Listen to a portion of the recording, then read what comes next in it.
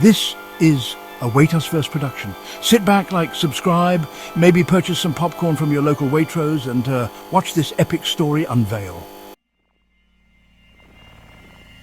In the heart of the papal Waitus dynasty, among sacred relics, polished sausages and supermarket aisles, a rebellion was brewing. This is the story of a district no one took seriously until it became a superpower. This is the Revolt of Waitusrose. Under the eccentric leadership of Pope Waitus, the papal Waitus dynasty was known more for its snack selection than political stability. The Pope, part-time holy man, part-time shelf stacker, loved Waitusrose. But the people, not so much. The aisles were thinning, prices were rising, and still the Pope handed out blessings instead of budgets. Bless this yogurt, may it be fruitful and multiply in flavour. In private, his Prime Minister Wonson Jolka grew increasingly alarmed. The situation in Waitusrose is, well, it's deteriorating, Your Holiness. We may need action. And action came, not from above, but from below. A new voice emerged, a powerful speaker, a passionate leader, Revolutionary Webster, the man who would soon ignite a movement.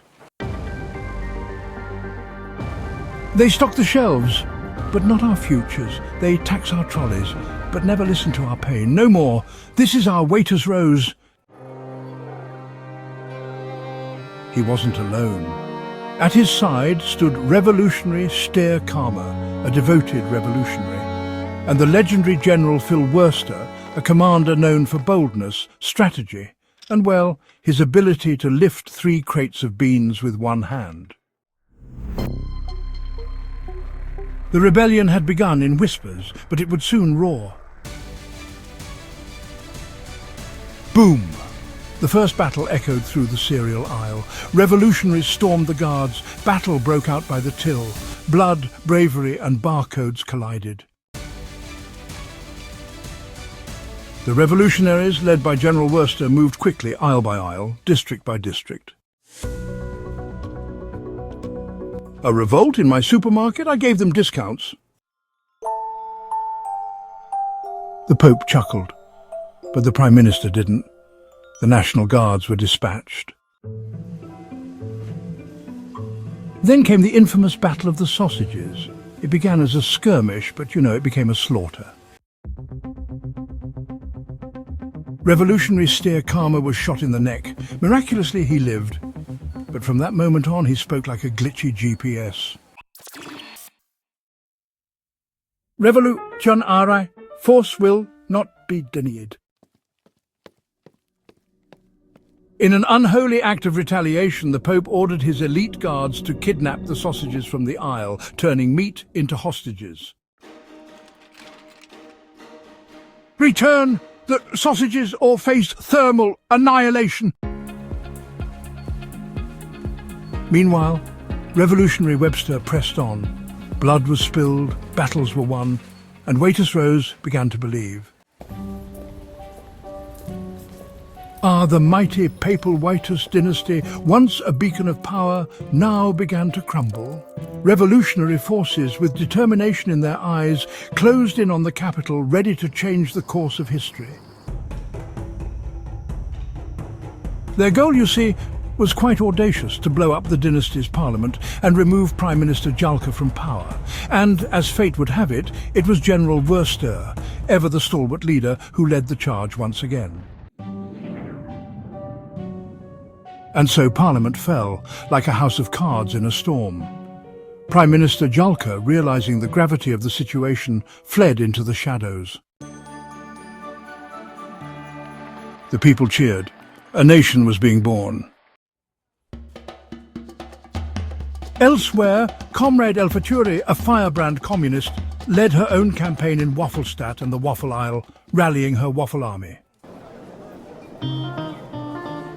We do not need leaders, we need equality and waffles for all. Her words were sharp, her will unyielding. and her eyes always on power. After 2 grueling years, the dream was realized. The Republic of Waitusrose was born, no longer a supermarket, it was a sovereign state. New leaders were chosen: Lord Premier Webster, the architect of freedom; Premier Karma, deputy leader and sausage aisle rep, still demanding the sausage hostages; General Worcester, now a politician, but still a warrior at heart; Comrade Waffle-Tury, controlling the waffle aisle, seeding revolution from within; Tislus, ambitious reformer from the North Pork market; and Dr. Falero, the mind behind the tech revolution. He brought drones, broadband and Lala Industries, and yes, Minecraft sessions with Queen Catriona were arranged to reduce Lord Premier Webster's stress. The Republic was thriving, but peace fleeting. The country held together barely. Comrade Waffle-Tury marched for communism. Crowds gathered, not for her speeches, which were long, but to call for change. Tislus protested for pork independence and dynasty reunification. 2/3 of pork is imported. That's a disgrace. We need pork we can trust. Meanwhile, Lord Premier Webster and Premier Karma clashed hard.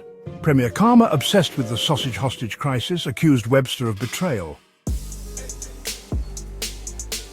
"I demand justice for our sausages." "They're just sausages, Steyr." Dr. Falero, ever the stabilizer, introduced border drones, national broadband and AI guard dogs, powered by waffle-scented algorithms. The nation teetered on a knife's edge. The nation teetered on a knife's edge. And then chaos. Premier Karma snapped. He launched a military coup with General Big Chungus and the Sausage Action faction. "You're all fascist thugs. This is my destiny." Well, the coup failed. Premier Karma was arrested just like that. Lord Premier Webster, he was visibly heartbroken. But Comrade Waffle-Tury, she saw her chance, didn't she? She launched these massive protests, calling for, well, a waffle revolution. Tislus secretly contacted the Pope, believe it or not. And then it happened. Pope Waitus, hearing of the unrest, stormed the border and twerked on the Republic's flagpole. And as he twerked, he tooted. The resulting gas cloud incapacitated 25% of Lala land. The incident declared a war crime.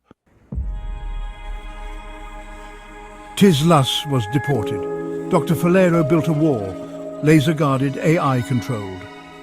Emperor Alexandrius pledged 3 billion Waitus marks. Queen Catriona sent Minecraft gift codes. The nation held on, and yet a question lingered: who would lead next? From the wreckage rose a new Premier Fane Ginny, representative of Spike Island, known for its coffee, whiskey and, well, wisdom. A calm voice, a welcome change. The people began to smile again. Protests waned, marches paused. The broadband, excellent. And yes, the sausages were finally returned. From supermarket shelves to superpower status, Waitusrose had changed forever. No longer a footnote, now a force, its future unwritten, its people unyielding, its sausages safe. People were eager for the future.